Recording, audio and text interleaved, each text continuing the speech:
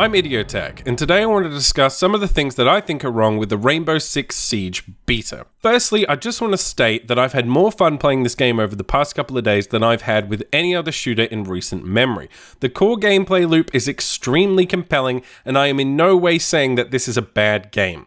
However, it does have a number of issues, and I and many others would like to see them addressed before release. So, we're just going to run through the list here: matchmaking and the server issues. I'm constantly matched with teams in the US. I know this because I have a ping of 400 and everyone on voice comms is from the US. Now, it's a beta and I understand there can be some issues here, but there's also a ton of connectivity issues, games dropping out, etc, etc. Now, there is some confusion whether or not this game uses a peer-to-peer system or dedicated servers. If it in fact is using dedicated servers as Ubisoft suggests, then I think it would make sense to provide players with the server browser, at least on PC, along with the ability for users to host their own servers. This will essentially fix the matchmaking issues and ensure that the game has a community in the years to come. It's kind of a no-brainer, really, and I'd expect to see it in 2015 on a PC title. The current server issues are by far the most serious problem this game has, and they need to be resolved before release. The next issue, shields. As of right now, shield users have an unfair advantage over every other player in the game. They are much harder to counter than any other class, and they need to be fixed. I would suggest reducing the hip-fire accuracy of pistols and adding a significant flinch animation when the shield is shot.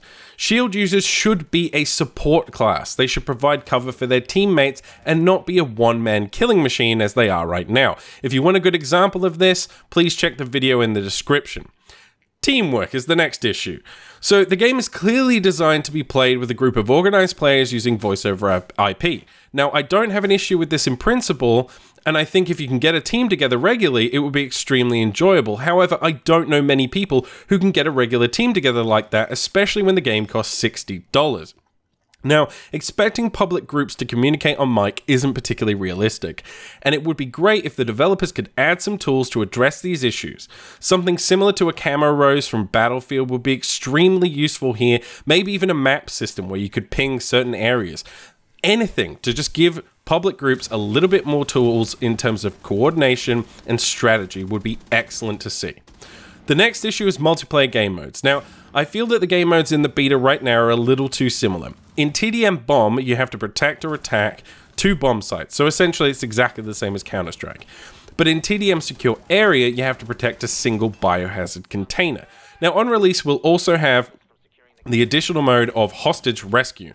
Now, I think that Bomb and Hostage Rescue are fine and offer enough variation to keep things interesting. However, I think it would be more enjoyable if TDM Secure Area was changed to just be a simple game of team deathmatch. The reason I think this is that it would allow the defending team to move freely around the building rather than being sort of tied to a specific area. It would add a ton of variety, and the overall goal should just be to kill each other, right? But it would allow people to move around a bit, which they currently can't do, and I think it would add a little bit more variety and interest in terms of the game mode. The next issue, multiplayer pacing. In my time playing, I feel that the defending team needs a little bit more time to set up. An extra 15 to 30 seconds would make a hell of a lot of difference and would allow disorganized teams in public games to just have the time they need to create a reasonable defense. It's a minor complaint, but I think some tuning to the overall pacing of the early game is required. The next thing is Terror Hunt. So, the addition of a co-op versus AI mode is a great idea in theory. Right now, however, it gets stale fast and has a number of issues. As it stands right now in the beta, you have to enter a building, kill between 20 and 30 AI, depending on the difficulty setting you're using. The problem is that it's very repetitive and not particularly challenging. It would be great to see a number of different mission types added to this mode. For example, have players defend the building instead of attacking it. Carry over some of the game modes from multiplayer like Hostage Rescue. Maybe have multiple hostages to rescue. Maybe have a bomb mode, but the bomb's going to explode in a certain period of time and you have to defuse it and get in there quickly and clear out all the enemies. As I said, I like the idea in theory, it just needs to be fleshed out more with some additional modes. The next issue, and it's a big one in the community right now, is suicide bombers. They've been very vocal about this, and I can understand why. I've been killed by these guys a number of times without any warning. However, it is pretty easily countered by using headphones and listening for the sound that they make, and also using drones to scout out their location before entering a building. The problem is that many teams are public and they don't organize well and they just rush into the building and they die. And this means that you end up playing the rest of the match on your own a lot of the time, and that's kind of shit and frustrating. I like the idea, and I feel that it adds tension to the game mode. You know, oh shit, there's a guy, shit, and it gives you that sense of panic, and it's cool. But the time to kill these guys is way too high. If they're running at you and they get within a certain range, you're pretty much guaranteed to die. And you cannot kill them in time. And they can take up to a clip to kill. So I think the time to kill needs to be reduced on these guys. I don't think they need to be removed from the game, as everyone is saying. I think that's over the top. I don't think that's necessary. I just think they need to be tuned. I actually like the idea of having multiple enemy types, so that you have to approach things in a more tactical way and everyone doesn't just behave in the same fashion. I think it actually could benefit from being fleshed out more and adding more of these different types of enemies and just simply balancing the ones that are already there. The next thing is the single player campaign. It was recently announced that the game will not have a single player mode or campaign. As a fan of the franchise, I was quite disappointed to hear this, and I think it will add a ton of value for both veterans and new players. That being said, it's unlikely that Ubisoft are going to push this game back the year or so that would be required to implement such a feature. Now, that would be fine if the game didn't cost $60. It honestly seems insane to me that Ubisoft think that this game is worth $60 when games like Counter-Strike Global Offensive retail for $15.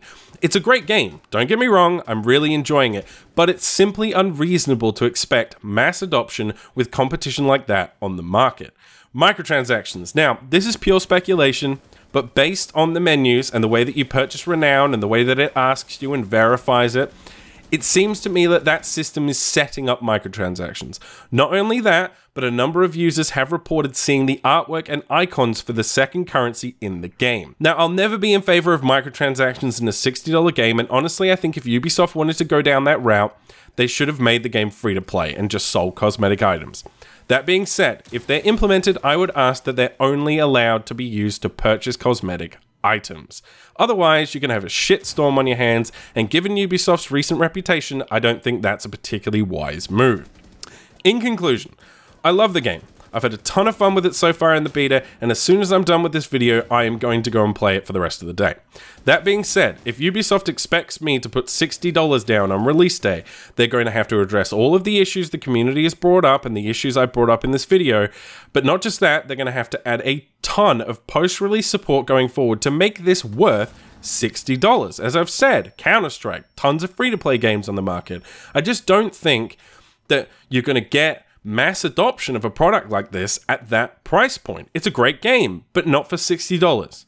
Honestly, I feel that this game would have been better served being pushed back maybe until the first quarter, maybe even the second quarter of 2016, so that they can polish out these issues, iron out some of these problems, make sure that the game releases in a really solid state so it gets good reviews and everyone loves playing it, and then maybe, even with the $60 barrier to entry, this game might be successful and get a decent enough player base to have a community going on into the future for years and years, like games similar to Counter-Strike. With all that being said, if you've been playing the beta, and I know a lot of you have, let me know below what you think, what your feedback is, and hopefully, maybe, someone from Ubisoft sees this and maybe takes some of this on board, and hopefully we see some changes going forward.